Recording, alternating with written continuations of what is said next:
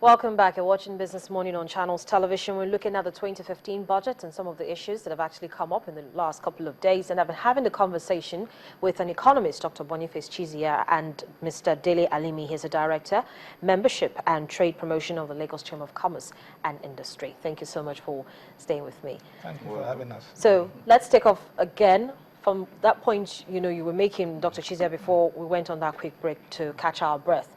Borrowing. Should the country be looking at that option at this time, especially with where we are, so to speak? Well, I think that, in fact, borrowing is, going to be intensified. If you look at what's happening, the challenge we have in the oil sector, which is the goose that lays the golden egg, and then you look at what's happening, and then you're going to have challenges, with trying to fund your budget. And so the only way you have to look at is going to be to borrow. But then if you look at the budget for borrowing, it's way over and above the capital budget. You're talking of 900, and the capital budget is about 7. So, and then you have to go. You go in that direction. So that's the likelihood that we're going to borrow. But let's hope that the oil market will pick up. It's getting up to $60 62 now, yeah. dollars a barrel. Well, the sentiment is that we don't expect to get back to 100 and something. We will not get there this year. But if it were to stabilize at about 70 or thereabout, I would expect that we'll be able to pull through. This budget, we heard that the benchmark for crude it's 52. Yes, 52. So if it's going to be 52 and we do our budget based on 52, then it means that we'll have some gap. Because we need some buffers. And part of the crisis, the challenge we have with crashing oil price, that we don't have any buffers. And so you go to some countries, oil companies, the producing countries like Saudi Arabia and so on, and you go to their reserves, they have 700 billion. And then you find that they don't have any borrowings. And then you go, maybe you have the sovereign wealth fund and this and that, they have investments even outside the shores of their country. But then here, we don't have that luxury, we don't have that opportunity. Even when we try to put sovereign wealth fund, access to the account, and then the people go to court, the subnational governments, challenge this and so on, and they tell you that they won't save for a rainy day because they're already drenched.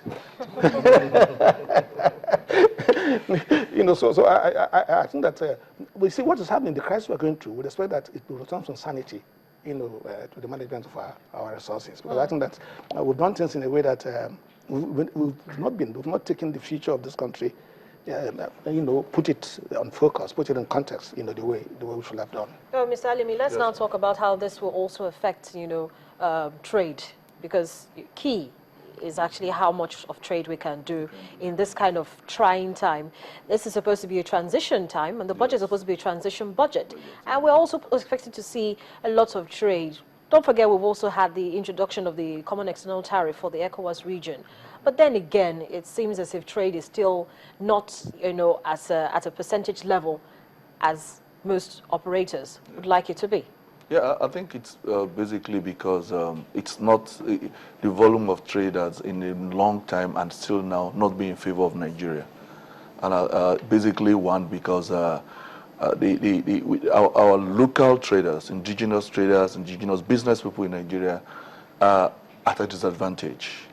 They are disadvantaged because they are not competitive.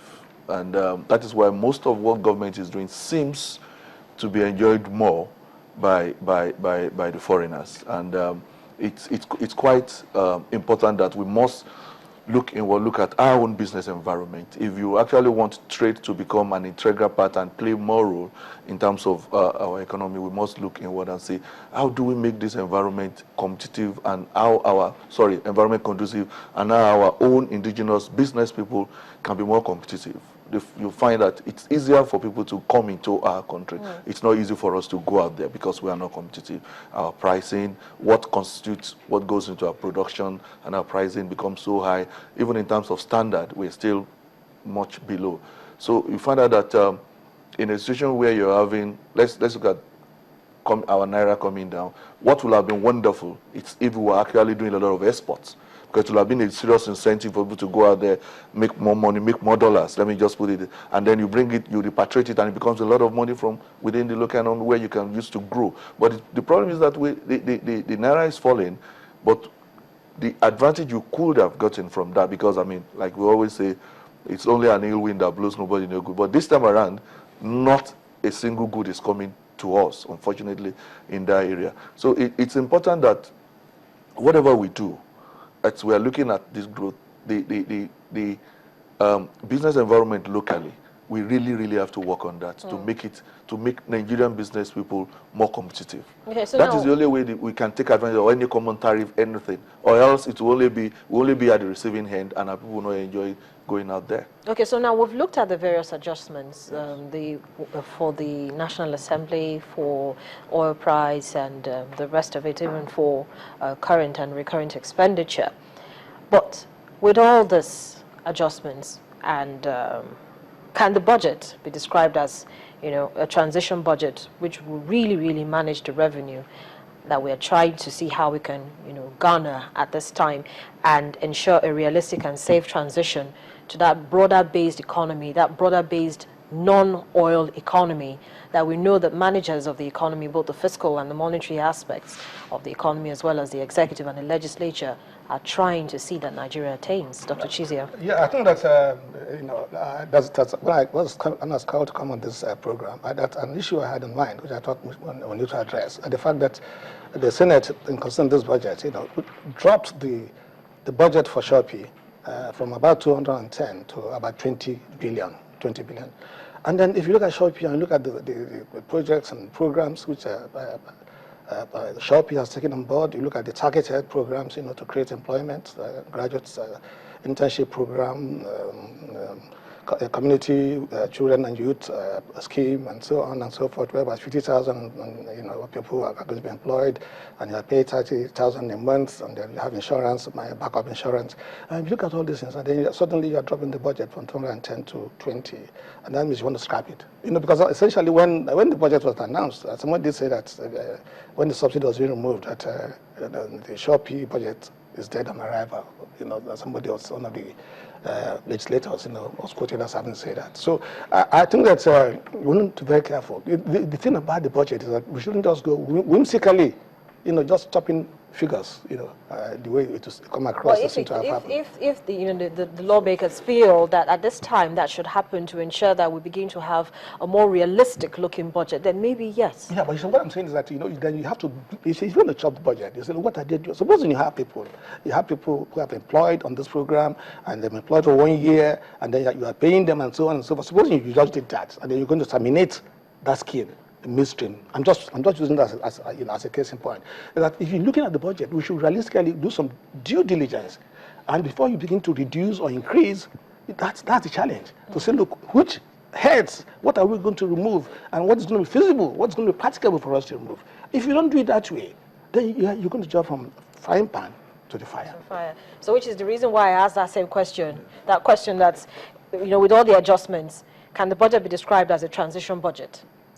Well, Ari, about the Shopee budget particularly, I think, just like you said, there doesn't seem to be any choice, because one, the subsidy has gone down, fuel price has been reduced. So I'm very sure the Senate was looking at what exactly is going to go into that program, and that is why they have to bring it down. But a very salient point has been raised now. If you have ongoing projects, you have people who you have to pay salaries to. Because I particularly went into that and saw the details of that budget, the initial one brought by the executive. You have just, I think, 500 million for the board, and then 100 and something, 95 billion for projects. And now with that serious, I think that's 80% cut or thereabout, you start wondering what project is going to be implemented. So we may not have anything in that area. So that's the thing. So I think it's still a transition, maybe a transition from having a Shopee back to having the mainstream ministries and MDAs do what they're supposed to do. Maybe. Okay. Well, maybe, just maybe. Well, thank you so much for joining me on the program today and sharing your thoughts. Of course, I know this conversation is definitely going to come up again, hopefully, if the budget actually gets to be passed, then maybe we'll not be having this conversation. We'll be looking at the brighter and the positive side of it. But thank you so much for coming on the program, Mr. Dele Alimi and Dr. Boniface Chizia. Thank you very much for having us. Well, we've been talking about the 2015 budget and looking at some of the matters arising. Of course, it is supposed to be a transition budget, and the points raised on the program today also call to question that maybe, just maybe, the transition that we're hoping for might not be as positive as it should be. But of course, the conversation continues. Let's continue to get your thoughts on this. Send your thoughts and comments to @BizMorning, or you can send a mail to businessmorning@channelstv.com. But thank you so much for watching. I'm Harriet Agbinyi. Bye-bye.